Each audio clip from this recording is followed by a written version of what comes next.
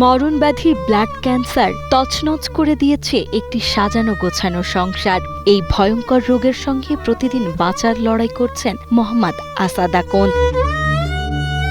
একসময় পোশাক কারখানায় চাকরি করে ভালোভাবেই দিন কাটছিল তার, কিন্তু হঠাৎ হানা দেওয়া ক্যান্সার তার জীবনের সব স্বপ্ন কেড়ে নিয়েছে।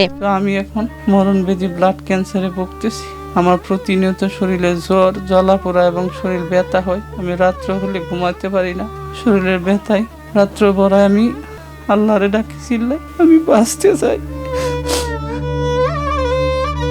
জীবিকার সন্ধানে 2011 সালে আসাদ গাজীপুরে এসেছিলেন। কয়েক বছর আগে হঠাৎ তার ডায়াবেটিক্স ধরা পড়ে। এরপর দ্রুত শরীর শুকাতে থাকে এবং পেটে টিউমার দেখা দেয়। চিকিৎসকের পরামর্শে 13টি পরীক্ষার পর তার শরীরে ব্লাড ক্যান্সার শনাক্ত হয়। অসুস্থতার কারণে বারবার চিকিৎসকের কাছে ছুটতে গিয়ে একসময় চাকরিটিও হারাতে হয় আসাদকে।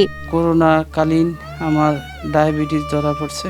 ডায়াবেটিস হওয়ার পর থেকে বিগত 24 সালের জুন মাসে আমার ব্লাড ক্যান্সার ধরা পড়ে। তার প্রথম শুরু হয়েছিল ডায়াবেটিসের পরে মনে করেন শুরু হয়েছে এখন ব্লাড ক্যান্সার। ব্লাড ক্যান্সারের পরের থেকে জ্বর, সবসময় 24 ঘন্টায় জ্বর থাকে, মাথা ঘোরায়, বমি করে। চিকিৎসার বিশাল খরচ মেটাতে পরিবারটি আজ পুরোপুরি নিঃস্ব।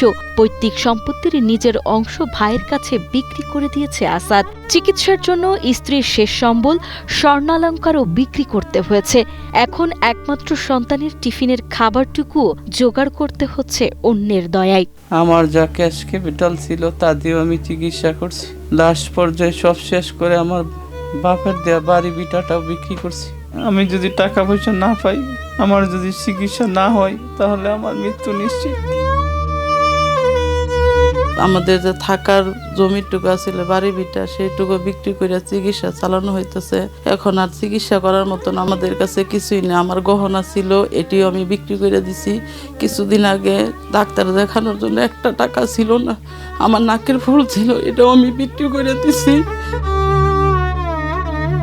টিহার জন্য চিকিৎসা করতেছে না। তারপরে এলো পোলা আছে, পোলারে মাদেশের করে দিতে পারে না। অনেক কষ্ট করে ওরা চলতেছে। বর্তমানে সাবেক সহকর্মী ও বন্ধুদের সামান্য সাহায্যে কোনো মতে তার চিকিৎসা চলছে। এদিকে চিকিৎসক জানিয়েছেন সঠিক চিকিৎসা পেলে আসাদের পুরোপুরি সুস্থ হওয়ার সম্ভাবনা রয়েছে। এই চরম দুঃসময়ে আসাদের স্ত্রী ও স্থানীয়রা সমাজের বৃত্তবানদের এগিয়ে আসার আহ্বান জানিয়েছেন। সবার একটু মানবিক সহায়তা পেলে অসহায় পরিবারটি নতুন করে বাঁচার স্বপ্ন দেখতে পারবে।